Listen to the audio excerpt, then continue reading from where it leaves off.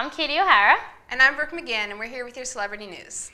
Live Nation Global Touring announced Wednesday that Lady Gaga has unfortunately been forced to cancel the rest of her Born This Way ball tour due to a hip injury. The test showed that the pop diva had a torn ring of soft elastic tissue called the labrum in her right hip that will require surgery to repair.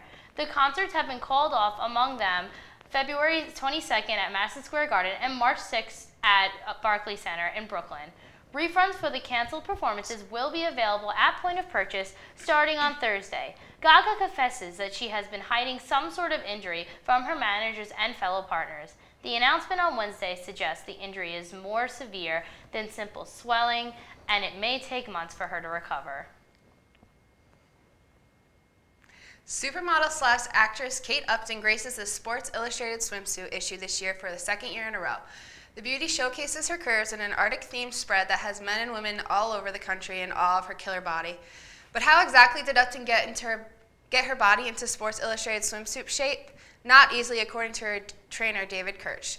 The model began preparing her way for the shoot in August. She started off training with 2 sessions a day for the first 2 weeks and then began to stick to a 5 to 6 day per week regimen until the shoot in December. According to her trainer, she did running, rowing, and the elliptical for 1.5 to 2 hours for each session. He adds that a swimsuit model should focus on 6 regions: the legs, the inner thighs, the hips, the butt, the abs, and the arms. Aside from her workout routine, the model had a strict diet that involved no alcohol, bread, or processed carbs, and no sugar, with no cheat days. To stay energized, Upton drank protein shakes and green tea drinks. Clearly, all of her hard work paid off in the end. When asked about the model's experience modeling her swimsuit in Antarctica, Upton had to say this: "I would keep your clothes on, but definitely go there. It's one of the most beautiful places I've ever been." Rumor had it that after the 55th Grammy Awards last Sunday, that Adele had a bone to pick with Chris Brown. It was said that she had a few choice words for him after Brown failed to join in standing ovation for fellow R&B star Frank Ocean after he won Best Urban Contemporary Album Grammy. This after the two got into a huge fight in Los Angeles recording studio recently. And by the looks of a still image taken from the telecast, Adele appeared to take note of the sore loser behavior.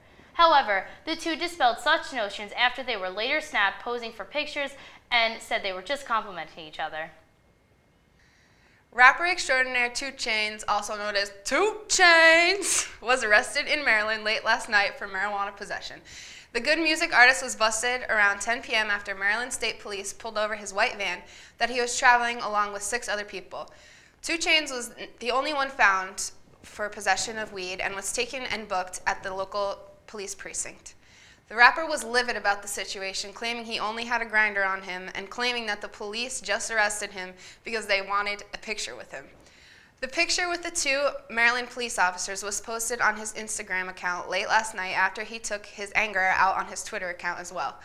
When asked about this photo, the Maryland Police Department had no comment, and it is still unclear who initiated the photo, whether it was 2 Chainz and his entourage or the police department.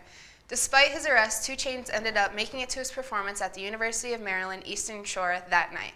If found guilty, 2 Chainz could face a $1,000 fine and up to a year in jail. That's all we have for celebrity news this week.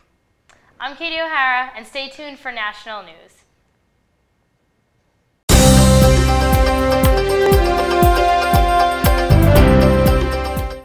Hi, and welcome back to National News, and I'm Justine Marshner. The former Navy SEAL who says he shot Osama bin Laden reportedly knew he was leaving the service well short of retirement and without benefits, according to the commander of Naval Special Warfare. The man who killed bin Laden, featured in the March issue of Esquire, made headlines earlier this week when the former SEAL asserted was screwed and abandoned by the military after losing his military health insurance benefits upon leaving the service in September. But Rear Admiral Sean Pubbas told Navy Times the SEAL knew what he was giving up in leaving the service, with 16 years of service shy of the 20-year retirement mark. Concerning recent writing reporting on the shooter and his alleged situation, the former SEAL made a deliberate and informed decision to leave the Navy several years short of retirement, states Pubis, months ahead of his separation. He was consulted on status and benefits and provided with options to continue his career until retirement eligible. Claims to the contrary on these matters are false. Navy officials are nonetheless prepared to help this former service member address health or transition issues as we would with other former members, Pubis says. That's it for me, and I'll see you next week on CSTV.